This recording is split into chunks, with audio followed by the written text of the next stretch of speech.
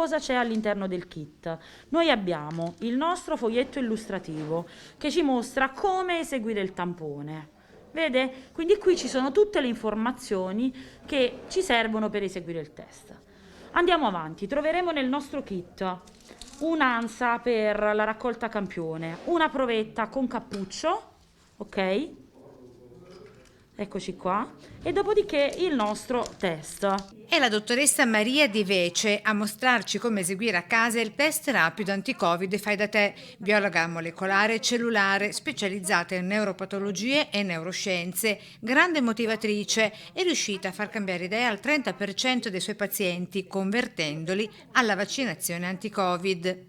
Ruotiamo all'interno del naso 5 volte la nostra ansa, quindi 5 volte una narice, 5 volte una narice. Io oggi vi insegnerò una manovra nasofaringea che ci permette di raccogliere un campione estremamente accurato, molto semplice, che potete fare da soli. È una manovra che va a 90 gradi diretti, così, proprio così come vede la mia mano. E abbiamo preso il nostro campione. Andiamo su quest'altra narice, 1, 2, 3, 4 e 5 volte. Ok?